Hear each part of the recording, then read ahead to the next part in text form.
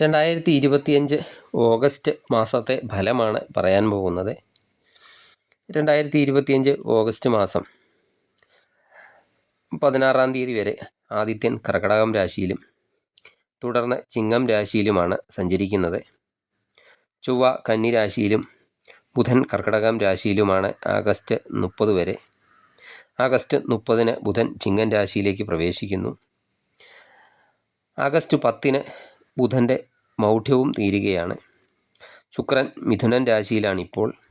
മാസത്തിൻ്റെ ആദ്യ സമയത്ത് 20-ന് അത് കർക്കടകം രാശിയിലേക്ക് സംക്രമിക്കുന്നതാണ്. വ്യാഴം മിഥുനൻ രാശിയിൽ തിരുവാതിര നക്ഷത്രത്തിലാണ്. ആഗസ്റ്റ് 13-ന് അത് പുണർദത്തിലേക്ക് പ്രവേശിക്കുന്നതാണ്.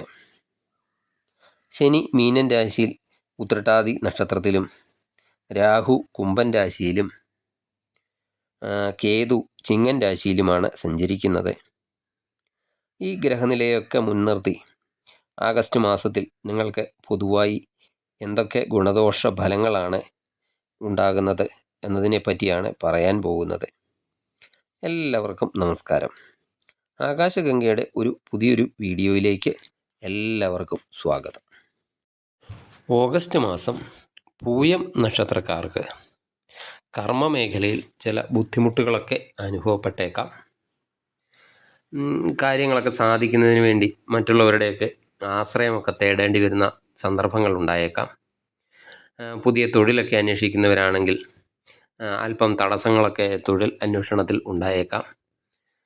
വെറുതെ യാത്രകളിലൊക്കെ വെറുതെ ബുദ്ധിമുട്ടുകളെ ഒക്കെ അനുഭവപ്പെട്ടേക്കാം. പൊതുപ്രവർത്തന രംഗത്തൊക്കെ പ്രവർത്തിക്കുന്നവരാണെങ്കിൽ ആ പൊതുപ്രവർത്തനത്തിലൊക്കെ അല്പം വെല്ലുവിളികൾ ഉണ്ടായേക്കാം. എന്നാൽ എന്ത് കാര്യത്തിലും ഓഗസ്റ്റ് മാസം സുഹൃത്തുക്കളുടെ പിന്തുണ നിങ്ങൾക്ക് ഉണ്ടാകുന്നതാണ്. അത് നിങ്ങൾക്ക് വളരെയധികം ആശ്വാസം നൽകുന്നതാണ്. സർക്കാരിൽ എന്തെങ്കിലും ആനുകൂല്യങ്ങളൊക്കെ ലഭിക്കാനുള്ളവരാണെങ്കിൽ അതിലൊക്കെ അനുകൂലമായ നടപടികളൊക്കെ ഉണ്ടാകുന്നതാണ്. ഊഹക്കച്ചവടമൊക്കെ ചെയ്യുന്നവരെ, ലോട്ടറി പോലുള്ള ബിസിനസ്സൊക്കെ ചെയ്യുന്നവർക്കൊക്കെ നേട്ടങ്ങൾ അല്പം കുറയുന്ന ഒരു സമയമാണ്.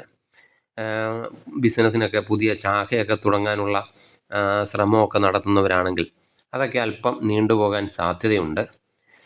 പുതിയ വീടൊക്കെ നിർമ്മിക്കാനൊക്കെ ഉദ്ദേശിക്കുന്നവരാണെങ്കിൽ അതിന് വേണ്ടിയുള്ള ധനമൊക്കെ കണ്ടെത്താൻ കഴിയുന്നതാണ്. ഓൺലൈൻ ബിസിനസ്സൊക്കെ നടത്തുന്നവർക്ക് കൂടുതൽ നേട്ടങ്ങളൊക്കെ ഉണ്ടാകുന്നതാണ്.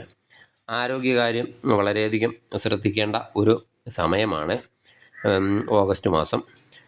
ഓഗസ്റ്റ് മാസം നിങ്ങൾക്ക് കൂടുതൽ ഗുണഫലങ്ങളൊക്കെ ലഭിക്കുന്നതിന് വേണ്ടി മഹാവിഷ്ണു ക്ഷേത്ര ദർശനം നടത്തി പ്രാർത്ഥിക്കുക, കഴിയുന്ന വഴിപാടുകളൊക്കെ ചെയ്യുക. ദിവസവും വിഷ്ണു സഹസ്രനാമം ജപിക്കാൻ പറ്റുമെങ്കിൽ അത് വളരെയധികം ഗുണം ചെയ്യുന്നതാണ്. നിങ്ങൾക്ക് വളരെയധികം ഗുണകരമായ ഒരു മാസമായി തീരട്ടെ ഓഗസ്റ്റ് മാസം എന്ന് ആശംസിച്ചുകൊണ്ട് നിർത്തുന്നു. നന്ദി, നമസ്കാരം.